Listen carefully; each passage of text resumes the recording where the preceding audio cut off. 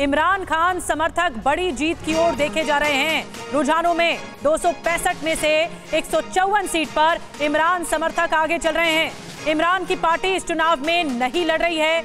नवाज शरीफ की पार्टी अभी दूसरे नंबर पर है। बिलावल भुट्टो की जो पार्टी है वो तीसरे नंबर पर है। लेकिन बड़ी बात ये कि क्या निर्दलीय समर्थकों के रास्ते इमरान खान एक बार फिर से सत्ता पर आ सकते हैं। और पाकिस्तान से एक और बड़ी खबर आ रही है। पाकिस्तान में अब तक 34 सीटों पर नतीजे आ चुके हैं। पीटीआई समर्थित निर्दलीय उम्मीदवार 19 सीटों पर जीते हैं। पलड़ा भारी नजर आ रहा है इमरान खान की पार्टी का। नवाज शरीफ की पार्टी के 8 उम्मीदवार जीते हैं। बिलावल की पार्टी पीपीपी के 6 उम्मीदवारों ने जीत दर्ज की है। लेकिन हर जगह से पाकिस्तान में जो खबरें सामने आ रही हैं वो ये बता रही हैं कि इमरान खान का पलड़ा भारी है। और अब तक 34 सीटों के जो नतीजे हैं वो घोषित किए जा चुके हैं। एक बड़ी खबर और बता दें, लाहौर सीट से नवाज शरीफ चुनाव जीत रहे हैं। मानसेहरा से पूर्व प्रधानमंत्री नवाज शरीफ की हार हुई है, जो इस वक्त जानकारी मिल रही है। इमरान समर्थक का शाहजादा से हारे नवाज शरीफ, एक बहुत बड़ा झटका नवाज शरीफ को। इमरान समर्थक जो शहजादा है उससे हार गए हैं नवाज शरीफ। इस बात के लिए जानकारी इस वक्त हमें मिल रही है चुनावों से जुड़ी हुई।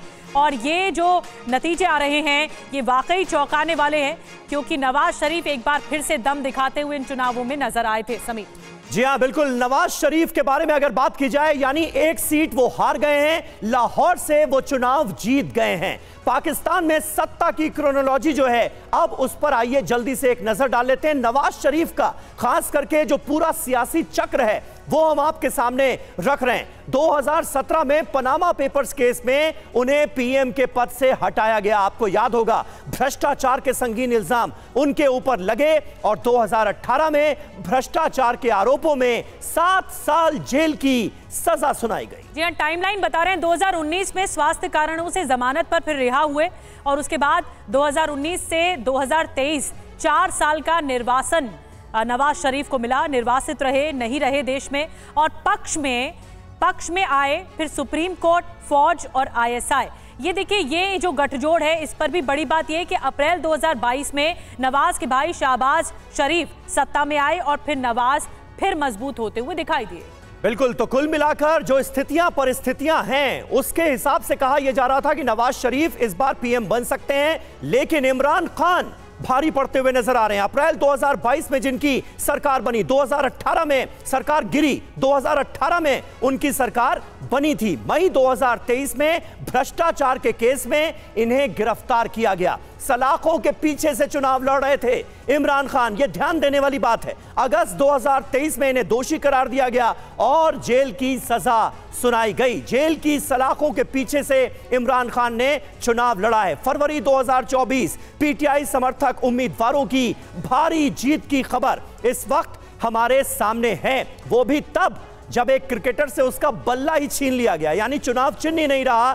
सारे जो कैंडिडेट्स थे उन्होंने निर्दलीय चुनाव लड़ा, और ऐसे में अगर इतनी बड़ी जीत होती है इमरान खान की तो यह बहुत बड़ी बात है। हमारे साथ इस वक्त तमाम खास मेहमान जुड़ चुके हैं, उनसे आपका जल्दी से तारुफ करा दें। आरजू कासमी हमारे साथ मौजूद हैं, वरिष्ठ पत्रकार, सीनियर सहाफी हैं पाकिस्तान की। डॉक्टर इरशाद अहमद खान साहब हमारे साथ जुड़ रहे हैं, पीएमएलएन के नेता हैं। योगेश गुप्ता फॉर्मर एम्बेसडर हमारे साथ मौजूद हैं, और कमर आगा फॉरेन एक्सपर्ट हैं, वो भी हमारे साथ मौजूद हैं। लेकिन सबसे पहले आरजू, मैं आपके पास आऊंगा। ये बहुत बड़ा उलटफेर है।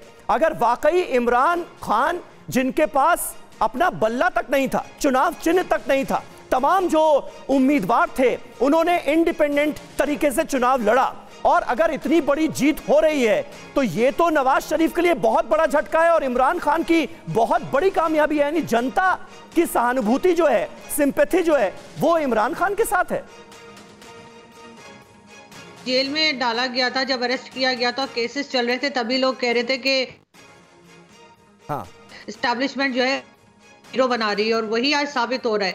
लेकिन अभी पूरे रिजल्ट्स नहीं आए हैं, 50% रिजल्ट्स भी नहीं आए हैं। और अभी आप जिस वक्त बात कर रहे थे उस टाइम जो रिजल्ट्स आना शुरू हुए तो उसमें कहीं ना कहीं पे नवाज शरीफ और उनकी पार्टी जीतती हुई भी दिखाई दे रही है। ये भी हो सकता है कि एस्टैब्लिशमेंट जो लाती और ले जाती है गवर्नमेंट्स को, वो ये दिखाना चाहती हो नवाज शरीफ को कि वो ज्यादा पावरफुल नहीं है और कभी भी उनको लाया या उनको हटाया जा सकता है। हो सकता है ये मैसेज दिया जा रहा हो। बड़ी बात आप कह रही हैं आरजू काजमी जी, लेकिन जो समीकरण बन रहे हैं वो एक तरह से नवाज शरीफ के लिए झटका ज्यादा है। डॉक्टर इरशाद अहमद खान साहब भी हमारे साथ मौजूद हैं, PMLN से हैं आप।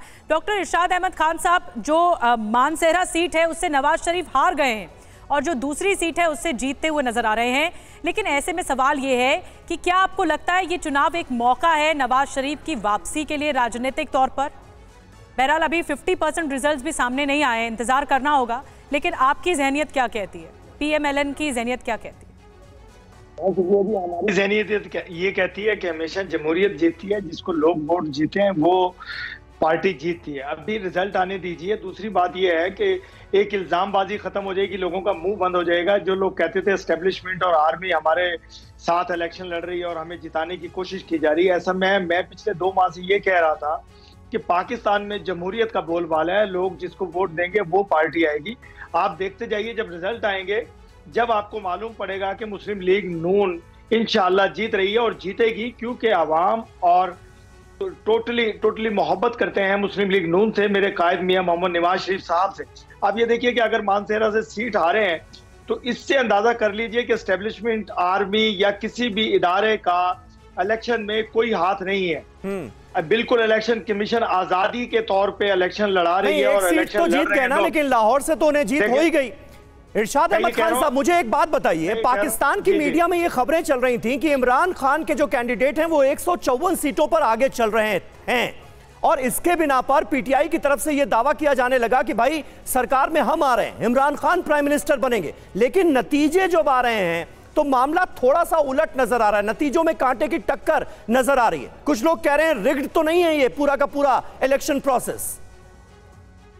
देखिए, खुदा ना खास्ता अगर हम टोटली स्वीप कर जाते तो फिर वाकई लोग इल्जाम लगा सकते थे। मैंने देखा, मैं इलेक्शन कैंपेन करता रहा और हम लोग बूथ पर बैठे रहे, हमने देखा जिस तरीके से लोगों ने वोट दिया और जिस तरह पूरा हमारा इलेक्शन मेरे पाकिस्तान में हुआ, बड़ा खूबसूरत इलेक्शन कराया गया। मैं समझता हूं मैं इंतजार करना होगा नतीजों का। बिल्कुल इरशाद खान साहब, अभी इंतजार करना होगा नतीजों का और कुछ भी हो सकता है क्योंकि चुनाव है।